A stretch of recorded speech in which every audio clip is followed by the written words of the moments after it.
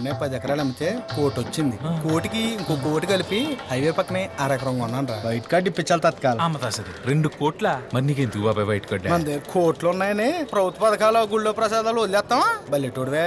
ప్రసాదం తీసుకోపోతే దేవుడు ఫీల్ అవుతాడు, పథకాలు వాడకపోతే గవర్నమెంట్ ఫీల్ అవుతుంది. ఏడ్చోలే.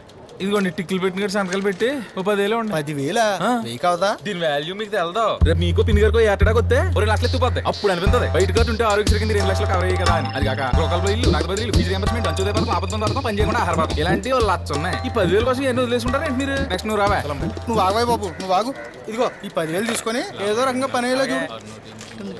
వారంలో అవ్వాలా? వారం ఎందుకు బాబాయ్, 7 రోజులు నీ కార్డు మీ ఇంటికి వచ్చేది. సరే పిన్ని అడిగినని చెప్పండి. అలాగే. దక్కల్ గారు, గుమస్తరాజు గారు మిమ్మల్ని అర్జెంట్ గా రమ్మంటున్నారు. అది విషయం, మనకు అర్జెంట్ కావాలరా. జాతకాలు చూసుకుని పెళ్లిళ్ళు చేసుకునే వాళ్ళు చూసాను కానీ ప్రేమించుకోవడానికి జాతకం పెట్టండి బాబు, కామెడీగానే. అది అంతా నీకెందుకే, నీ రేట్ ఏంటో చెప్పి ఆ డీటెయిల్ తెలుసుకునిరా. రాణి డేట్ ఆఫ్ బర్త్ అంటే 10th క్లాస్ మార్క్ లిస్ట్ ఉండాలి. చాలా కష్టం అండి. అది ఎప్పుడో జాయిన్ అయినప్పుడు సబ్మిట్ చేసి ఉంటారు. మరి అది ఎక్కడుందో, తాళాలు ఎవరి దగ్గర ఉన్నాయో చాలా కష్టం అండి. ఎంత అవుతుందో చెప్పరా, ఏదో బిల్డప్లో ఒక మనలో మనకు కాబట్టి ఓ 2,000 ఉండే. ఇందులో నాకేం మిగలదండి, నేను కూడా లోపల ఆలయాలకి సమర్పించుకోవాలి కదా. ఒరే 108 రెడీ సార్. మీరు మేలైనది చేయనరిగియు అలాగు చేయని వానికి శ్రమ అన్నాడు బైబిల్లో. రాజాలా తిరుగుతున్నాను ప్రపంచమంతా. మొన్న లాస్ట్ మా మనవరాలు పెద్ద మనిషి అయిందండి, రేపే స్నానాలు, తప్పకుండా రావాలి. మీ అమ్మాయి వస్తున్నట్టుంది, ఇలా రమ్మనండి అమ్మా, బొట్టించుతాను. ఇదిగో రాణి, మామగారి దగ్గర బొట్టించి సిగ్గు పడిపోతుంది.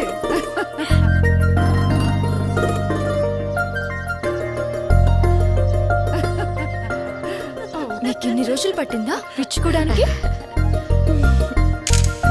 దీని వాళ్ళకని చూస్తుంటే పువ్వు పెద్ద మనిషి అయిందని ఫంక్షన్ చేసేలా ఉంది. మీరు ఊరుకుండదునా, దానికి పూలంటే పిచ్చి. అన్నయ్య, నువ్వు ఇచ్చిన డయాంతస్ ప్లాంట్ ఈ రోజు పువ్వులు పూసింది. నేను చాలా చాలా హ్యాపీగా ఉన్నాను. థ్యాంక్ యూ సో మచ్ అన్నయ్య. బాయ్. రాణి గారు 10th క్లాస్ సర్టిఫికేట్ జల్దీ పితాకి పంపాలి. థ్యాంక్స్ అన్న. కొంచెం 3వ ఫైల్ చూడండి, మందేనా. Morning sir. Good morning. Good morning sir. Good morning sir. నమస్తే. Morning sir. Good morning. నమస్తే సార్. హే తత్కాల్. నమస్తే సార్. జేసీ గారా? అబ్బా, ఆయన అంటే ఎంత రెస్పెక్ట్. ట్రాన్స్ఫర్లో, ప్రమోషన్లో ఏం కావాలన్నా ఆయన చేతిలోనే ఉంటాయి. అందుకే అంత ఓవర్ రెస్పెక్ట్. నా ట్రాన్స్ఫర్ కూడా ఆయన చేతుల్లోనే ఉంటుందా? కొంచెం నా ఫైల్ తొందరగా చూడు బాసు. వార్డ్ నెంబర్ 14లో సిమెంట్ రోడ్డు కూడా మనకి శాంక్షన్ చేస్తండి బాబు, మెల్లిరిగిపోగలవు. మీరు కొంచెం కూల్గా ఉండండి బాబు. ఎందుకంటే మెండంత కష్టపడతారు అంటే మీరు కొంచెం డిఫికల్ట్గా కష్టపడితే ఆవిడ ఈజీగా పడిపోతుంది. ఊరికాయ మనలే వంద పడ్డానికి. మీలో ఉన్న ఆ స్టైల్ చూసి మన అంత స్టైల్ ఉందా? మరి అదే మీ గురించి మీకు తెలియదు, చూసే వాళ్ళకి తెలుస్తుంది. నువ్వు చూసావా? ఆవిడ చూడడం చూశాను. నిజమే. 102%. మీ కబుర్లు ఎన్నాను బాగున్నాయి కానీ సొల్లు కబుర్లు తెలిసిపోతున్నాయి. జై పిత ఓం పిత నమో పిత పిత నాకు ఉద్యోగం ఇప్పి పిత జై పిత ఓం నమో పిత.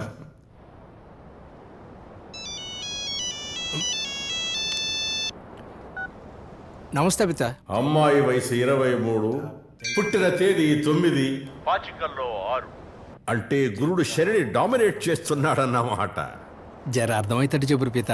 ఆ అమ్మాయి నీ జీవితంలోకి వస్తే నీ మనసులో ఉన్న కోరికలన్నీ నెరవేరుతాయి. ట్రాన్స్ఫర్ అంటుంటావు కదా, అది కూడా అయిపోతుంది. ఎట్టి పరిస్థితుల్లోనూ అమ్మాయిని వదులుకోకు. థ్యాంక్స్ పిత. అన్న జాతకాలు మస్తు కలిసినాయి అంట. పితా ఫోన్ చేసిండు, ఎట్లయినా అమ్మాయిని పరిచయం చేసుకోవాలన్నా. ఏదన్నా మంచి ఐడియా ఉంటే చెప్పన్నా. కరెంట్ బిల్ తీసుకొని కనెక్ట్ అయిపో.